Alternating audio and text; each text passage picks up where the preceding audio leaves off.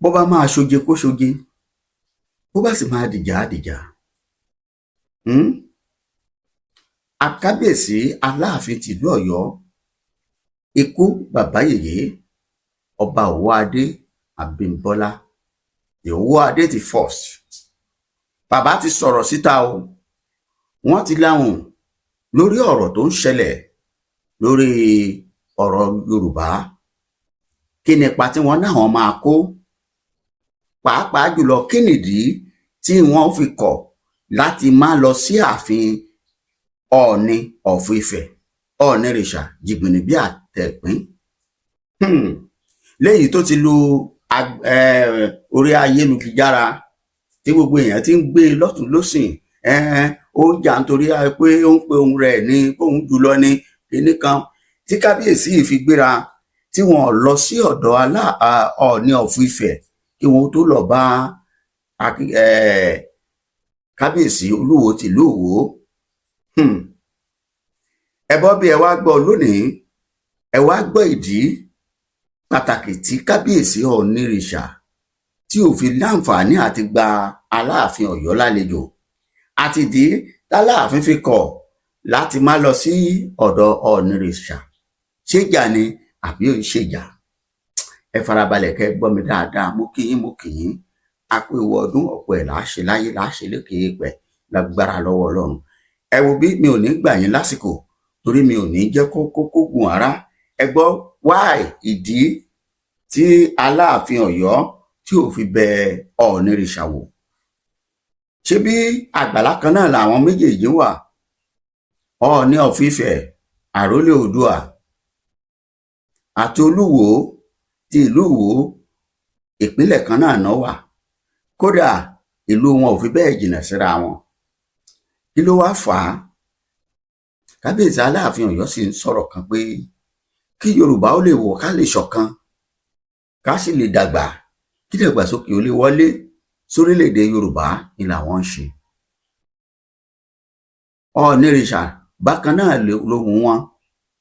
Kí ló wá lè fa kájà kòtò láàrin àwọn kábíyèsí wọ̀nyí? Ẹ farabalẹ̀, ẹ máa bá mi bọ̀.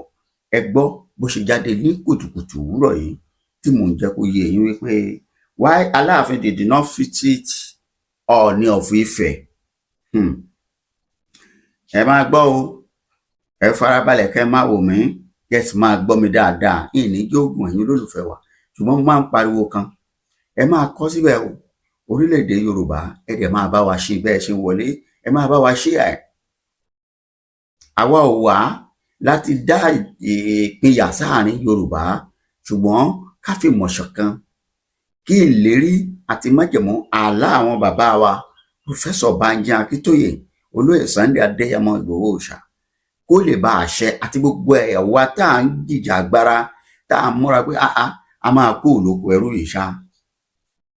Ká lè bá àjọ rìnrìn àjò àtàwọn kábíyèsí wọ̀nyí. Ẹ gbọ́, ẹ wò, ẹ má jẹ́ ń sọ̀rọ̀ jù.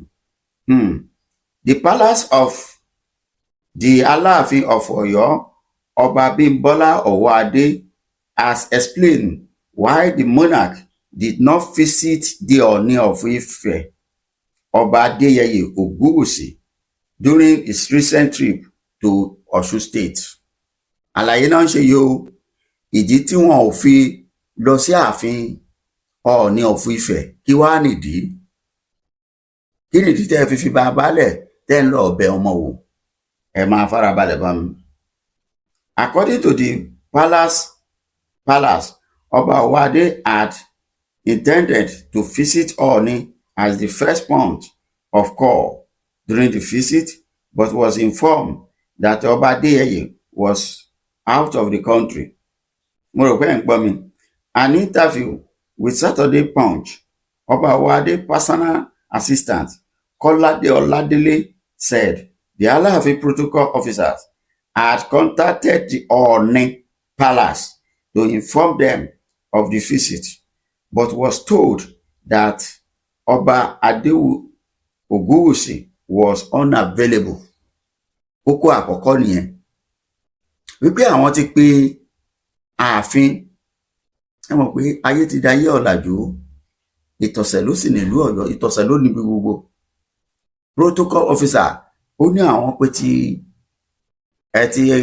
Ọọ̀ni ìyẹn ti bàbá wa Òwò Adé, ó lóun pe Tọ̀ni, àwọn Tọ̀ni ní bàbá ò sí nílé. Ṣé bẹ́ẹ̀ ni àbí bẹ́ẹ̀ kọ́? Ẹ farabalẹ̀, ẹ máa gbọ́ lọ. We did not ignore the Ooni during the visit. We reached out to the palace, but were told that Ooni wasn't around. Ooni Palace was the first point of call in our initial intimacy, but we had to visit the Oluwo first before the development is stated. Ṣé gbọ́? Wọ́n ní kábíyèsí ò sí láràndì, kábíyèsí ò sí nítòsí, òun ló fà á tí àwọn fi kọ́kọ́ ṣe àbẹ̀wò sí Olúwo Ọba Abdulrasheed Telu.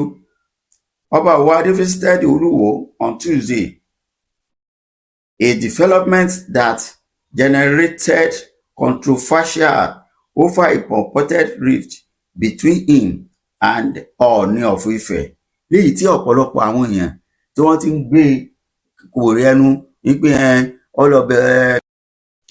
ọlọ́bẹ Olúwo wò nítorí kí Olúwo lè sọ́pọ́ọ̀tì Aláàfin ni láti máa bá Ọọ̀ni jà.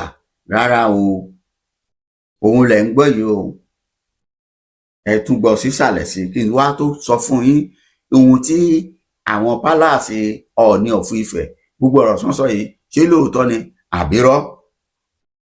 Ṣé wọ́n pè wọ́n àbí wọn pè wọ́n? Ṣé wọ́n rán èèyàn sí wọn àbí wọn rán èèyàn sí wọn? Ẹ máa bọ̀. The controversy was further fueled by Oluwo, who declared that Alafin was superior to all other traditional rulers and titles in Yoruba land. Saturday Punch gathered that the Oluwo have been a ruling battle with the Ooni of Ife. Tó ṣeé ṣe bẹ́ẹ̀ ṣá, ẹ máa bá mi bọ̀. However, Oladele dismissed institutions of a Cold War between Alafin and Ooni, stating that there was no rift between the two traditional rulers. Ṣé ti gbọ́? Kò síjà láàrin wọn, àmọ́ àní ké mọ́ ní gbèsè ká ní ó gbétọ̀ fún ẹ̀mí. Bẹ́ẹ̀ ni, kò sí bẹ́ẹ̀ ṣe fẹ́ sọ tó, kálukú náà ló láàyè tiẹ̀. Pẹ̀lú ẹ̀sùn tí wọ́n fi kan àwọn ààfin Ọọ̀ni of Ife yìí, Ọọ̀ni of Ife náà dáhùn. Kí n tó lọ sí ọ̀dọ̀ ẹ jẹ́ n conclude ọ̀rọ̀ bàbá wa Aláàfin tìlú Ọ̀yọ́. He disclosed that Ọba Òwò Adé will soon pay an appreciation visit to Osun State Governor Ademola Adeleke and Ooni. I always tell you people that there's no rift between the two Obas, Alafin and the Ooni. Baba Alafin doesn't have time to begrudge anybody. What is paramount to him is development and unity of Yoruba people, race, and committed to achieving this. We didn't visit Ooni the other time because we were told through his protocols that Ooni was not around, out of the country. Similarly, the Oluwo of Owukuta, Oba Adekunle Oyelulude, told our correspondent that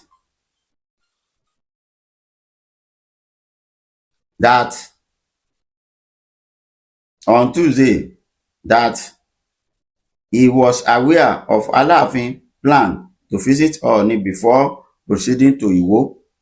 I was privy to the arrangement. Alafin truly wanted to visit Ooni, but Baba was not at home. Alafin didn't ignore Ooni at all, the traditional ruler said.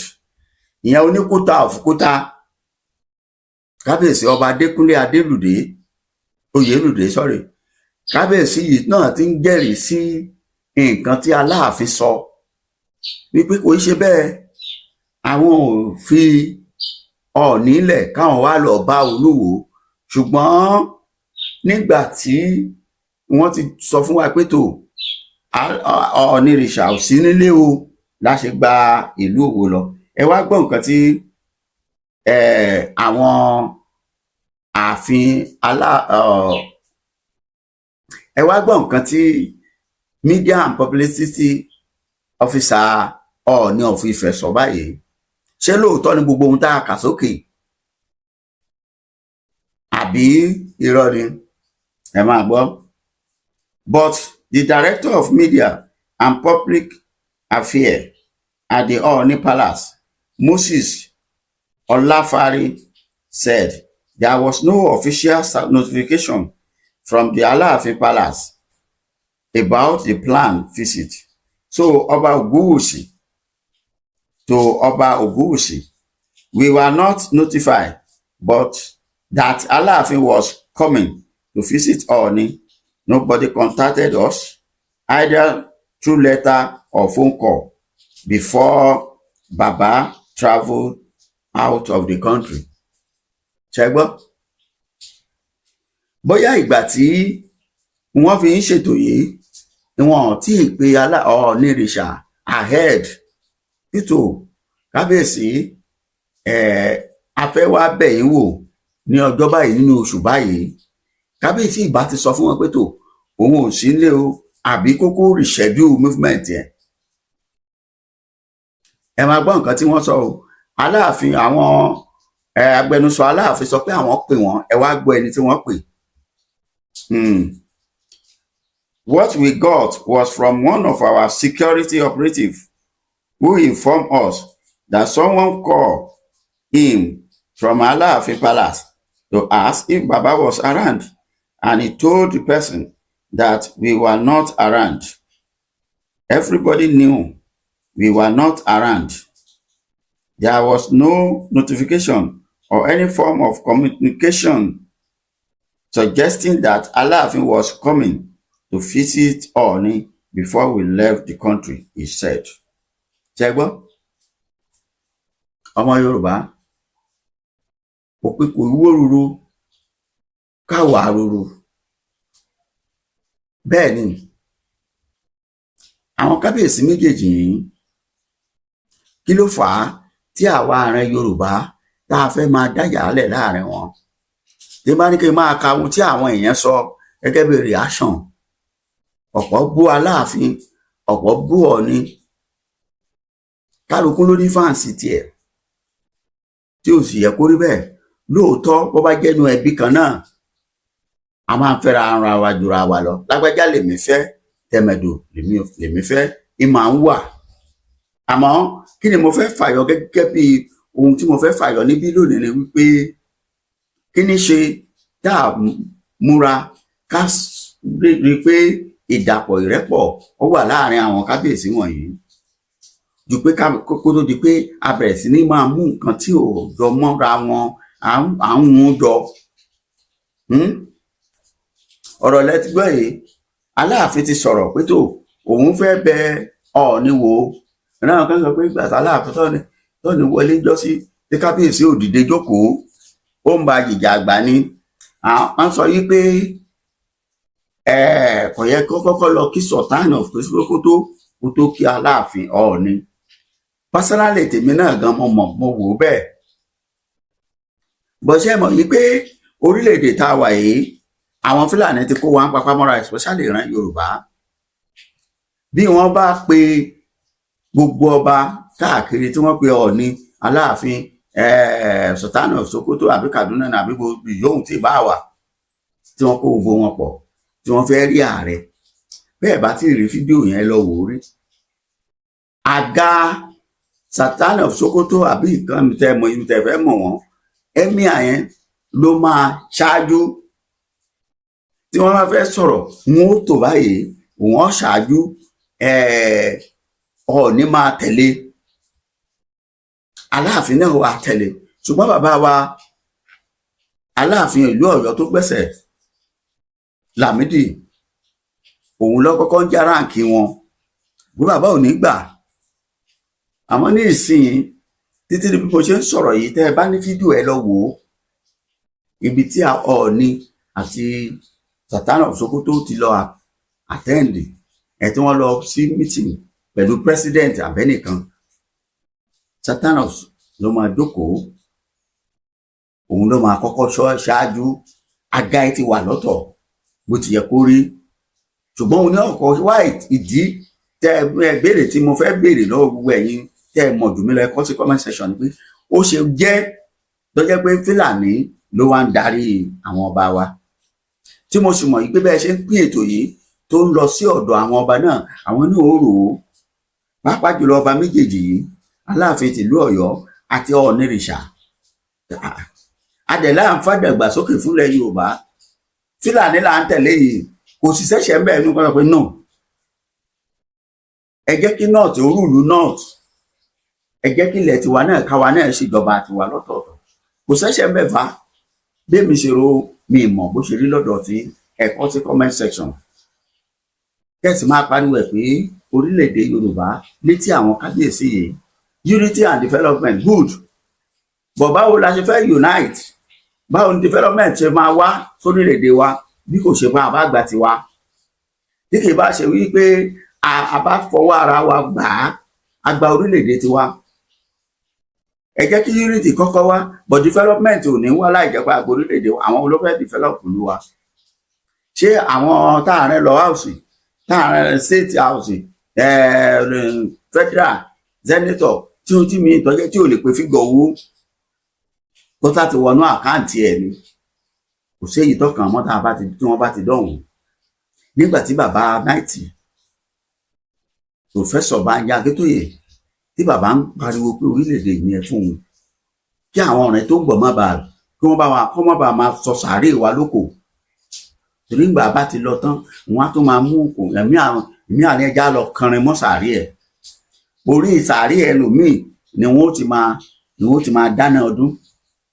Ẹ ṣé mo dúpẹ́, mi ìfẹ́ kó gùn, á tún pàdé orílẹ̀-èdè Yorùbá ní kíákíá, ó dàbọ̀.